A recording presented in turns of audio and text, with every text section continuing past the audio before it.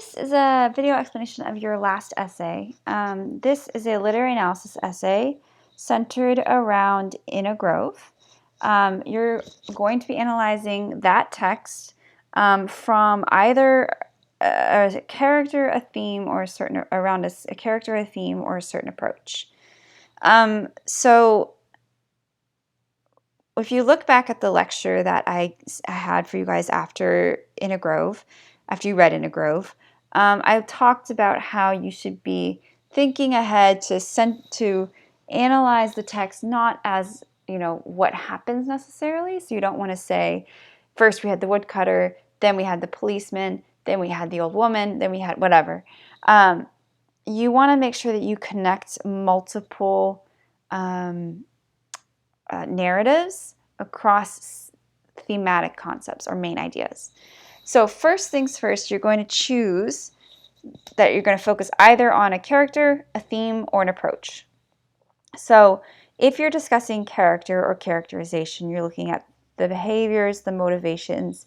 You want to think about why that character acts the way that they do. What in the text are the characteristics that tells you that that character is X, Y, or Z? What descriptions help you? What elements of their character help you see this?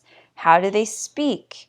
Do any of these characteristics conflict? Does that make them an unreliable narrator, for example? Are they trustworthy? Are they telling the truth? How do you know this? What in that text shows you this? Or what indicates that they could be lying? What do they have to gain or lose? So the woodcutter has very little to gain or lose by lying. For example, the robber has much more to gain or lose. What's the background of the character? So think about some of the smaller characters. What are the backgrounds? What is it telling you about that character? If you look at, for example, the theme, that's the overall message of the story. So what are we as the reader supposed to get from that story, and what evidence from the text tells you that that's a valid theme? So if I told you that In a Grove was about the importance of environmental protection, that has nothing to do with the story, right? It has to be logical, has to be implicit in the narrative. So it could be, for example, the line from the robber where he says, greed, essentially greed is a people's downfall. It could be that we don't know what the idea of truth is. It could be that truth is objective. It could be the importance of law and order. It could be, there's so many things you could talk about. An approach has to do with that literary theories lecture that I had for you guys, where you're looking at the school of thought around how we read the story. So you could read this from, say, a gendered or a feminist perspective, a feminist critique. You could read it from a cultural, historical perspective. You could look at it from a new criticism perspective. There's a lot of different ways that you can read the same thing. So I want you to choose one of those three things to be your central argument.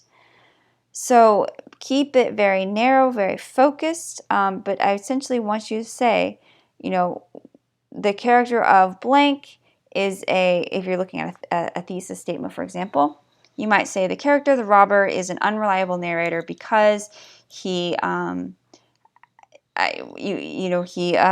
uses a false narrative. He structures his language to be, his syntax to use, the word I more than any other character, so he's self-centered, and he uses imagery that doesn't accurately describe the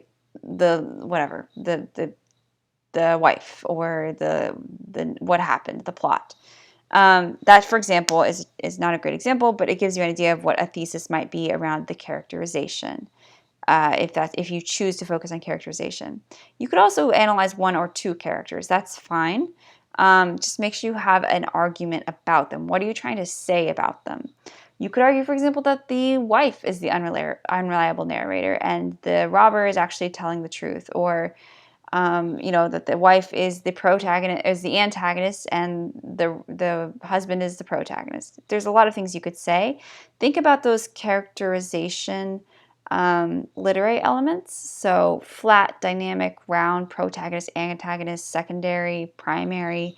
Think about using those pieces of terminology to talk about the character. If instead you choose to analyze the theme, choose a central theme that you want to talk about, and then think about how to tie in main ideas or evidence around that theme to show why it's a valid theme in the text. So for example, if you wanted to talk, for example, about the idea that, and I have some examples down here, sorry, but if you talk, for example, that truth versus perception could be the theme. So truth, you could say, is always subject to perception. There is no such thing as truth. And then you'd bring in a main idea which says, for example, the only objective truth we have comes from the woodcutter. Everyone else is subjective, and here's why.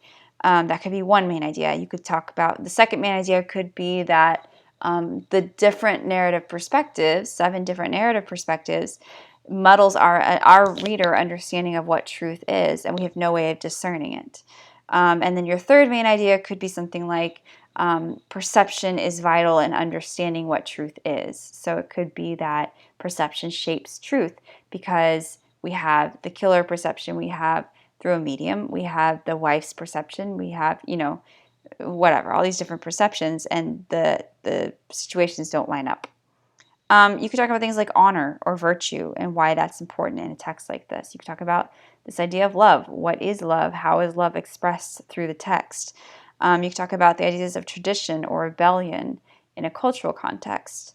There's a lot of things you could talk about. What I suggest is that you keep it narrow and focused. Choose one theme and then have your main ideas show how or why that theme is valid in the text. Then, if you wanted to do the third option, which is looking at it from a certain approach, you can also do that. So you could look at a feminist reading of a specific character and the wife, for example, and her role in the story. Or you could do the mother as well. You could look at a cultural reading of the story. Why does this understanding of, say, feudal era Japan, how does that influence the ideas of honor or virtue? You could look at a psychological reading. I've had a couple interesting essays where they look at a certain character and they argue that character suffers from a certain psychosis. So it could be, it could be schizophrenia, it could be bipolar, it could be whatever it might be. And you center your argument around that idea.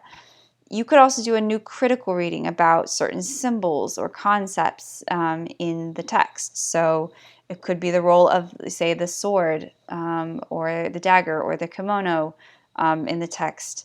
You bring in these different main ideas, of course, but it could be that, the imagery or whatever it is serves a very critical function in the text. So, as I said, choose one of the 3. Choose character, theme, or approach. Create a thesis statement around that concept with a specific argument, and make sure your main ideas support or relate to that topic. What I don't want to see is you guys walking me through what happens. So I don't want to see a summary. First we meet the woodcutter, then we meet the old woman. She says this. We meet the, policeman. He says this.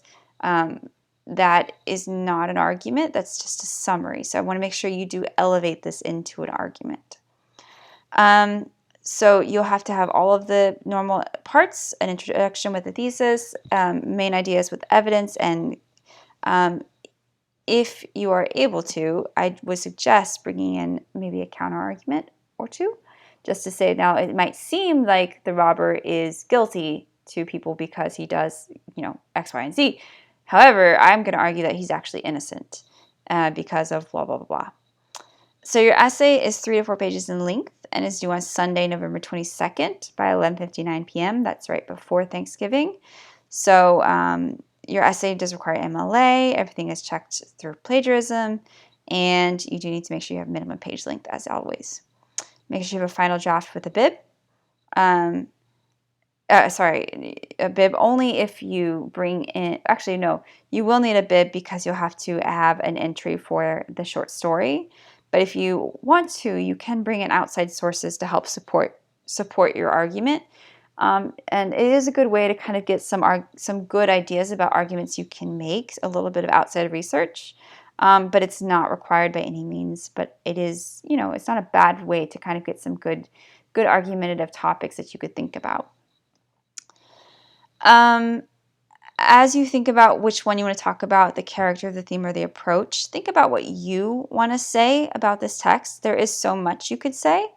You're by no means limited to these examples, but I want you to think about something that is of interest to you within the text that you want to talk about. So if you want to talk about the cultural perspective or the psychological perspective or a specific character, please do that. You don't need to get this approved by me, but if you want to send it to me just to give me your concept or idea, happy to give my feedback. As always, like I said, have the good intro with thesis, main ideas with evidence, and I'm going to say this is optional. You don't have to have the opposing ideas with refutations in this case, but it can never hurt because it is a good argumentation element. The only thing you need to submit is your final essay. This is the entirety of the grade for this essay. There's no outside elements that are kind of part of the rubric. Make sure you have a clean draft with good evidence from the text. So that is the other key, that this is maybe a little bit different than the previous essays you've done. When you bring in your evidence to show your audience that something is true within the text, the evidence is typically in the form of quotes from the text. That's how you prove to your audience that your point is right. So for example, if I wanted to make the argument that the wife was the antagonist, that she was the killer, the guilty party, and the liar, I would need to bring in quotes from the text around my main ideas. So for example, I wanted to argue that the wife was actually the killer, or she's an unreliable narrator. Maybe that's my thesis claim. I would bring in, say my first main idea would be that her narrative doesn't match to the husband's narrative. And I would bring in specific quotes to show where they don't match and why. And I would explain around the quotes of why that is. So that's my analysis. My second main idea might be that, the wife, could be that she was, and I'm going off script here, but maybe she was opportunistic. And I might show why she was opportunistic by bringing in specific quotes. It doesn't have to just be from her narrative. It could be other ones. But I would show why she is, and then I would talk about it. And then my third point might be that, the wife, her testimony, there's a lack of emotion around when she talks about her husband or whatever it might be. And I would show that, and I would talk about that in my analysis. So that is how you have evidence incorporated into a literary analysis essay, versus a little bit different from a research essay where you're pulling in quotes from your sources. So make sure you have good evidence in the form of quotes to help prove your argument, and then include a bib as well with the text and any other sources that you use. So if you guys have questions about this, let me know. Again, I want you to focus on what is of interest to you, what struck you as interesting while reading. And again, I'm happy to look at your ideas before you start writing.